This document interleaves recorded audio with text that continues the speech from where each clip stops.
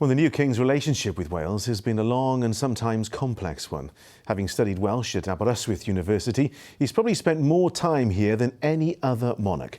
But he was also the centre of one of the most controversial events in modern Welsh history with his investiture at Carnarvon Castle. Our national correspondent Rob Osborne looks at Charles III's links with Wales.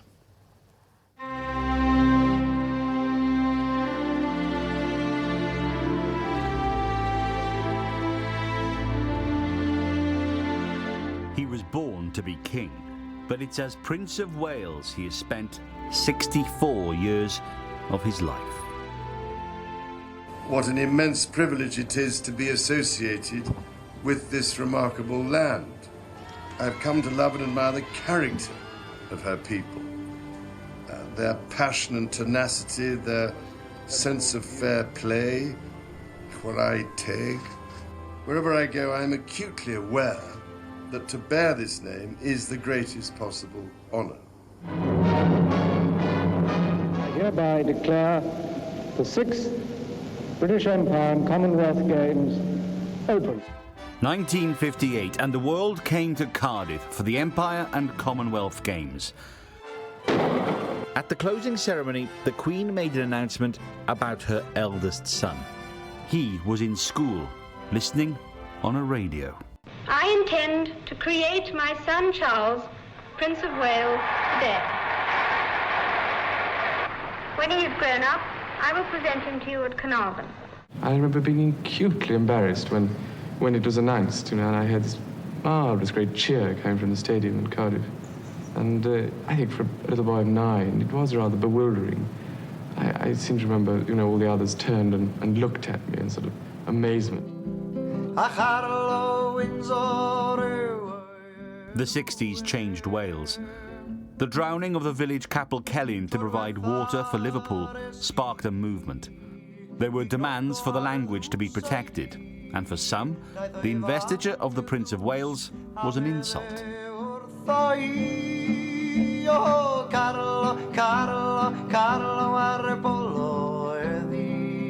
The Welsh singer David Iwan wrote songs like Carlo, mocking him. We had to refuse to be part of the investiture and to point out the fact that it was a non-meaningful exercise, and we couldn't recognise Charles as the Prince of Wales. But years later, the Prince and the protester met, both finding common ground. My relationship with Charles has been a strange one. He's been a presence in my life for over 50 years. But as a man, he's got a lot going for him. He was a very pleasant man to talk to. We wouldn't agree on everything, but we agree on a lot of things. In July 1969, the investiture went ahead as planned, with a global audience of 500 million. I, Charles, Prince of Wales, do become your liege man of life and limb. But he wanted to be a prince with a purpose. He took on interests like the Welsh countryside. He even made documentaries about it for ITV. For one programme, he met an old cob breeder called David Edwardes. You don't want to make money necessarily, but just enjoy yourself. So long as I get enough to get food and the pleasures I want, I'll be quite happy. It's an interest he has sustained all his life, especially when it's combined with traditional crafts. In 2019, he visited Tina Coed Forest near Llantrisant to see a demonstration of horse logging. Out of all the people that he could have visited, he picked to come out to the woodland and see the horses working. So it felt like a real honour, actually, to be chosen as part of his visit list on that day.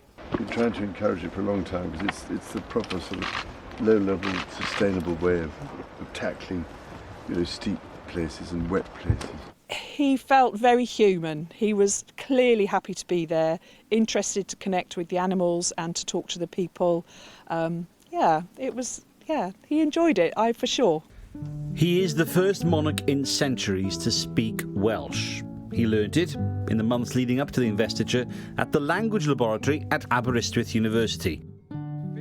In his first speech in Welsh at the 1969 Urdd Eisteddfod, he promised to defend the Welsh language, saying he wouldn't let it die without a fight.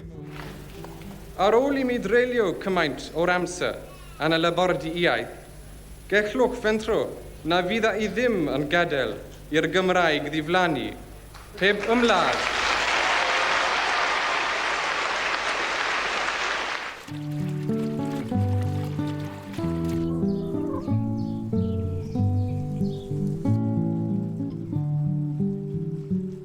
Learning Welsh was one thing, but what about having a Welsh home? Well, in 2006, he purchased one here, Llwyn y Wermod, in Carmarthenshire.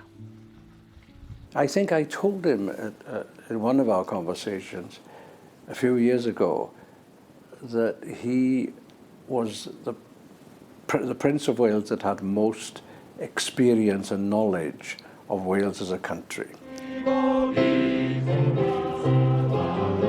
He's got the best possible CV of any royal that's been on the throne of the United Kingdom.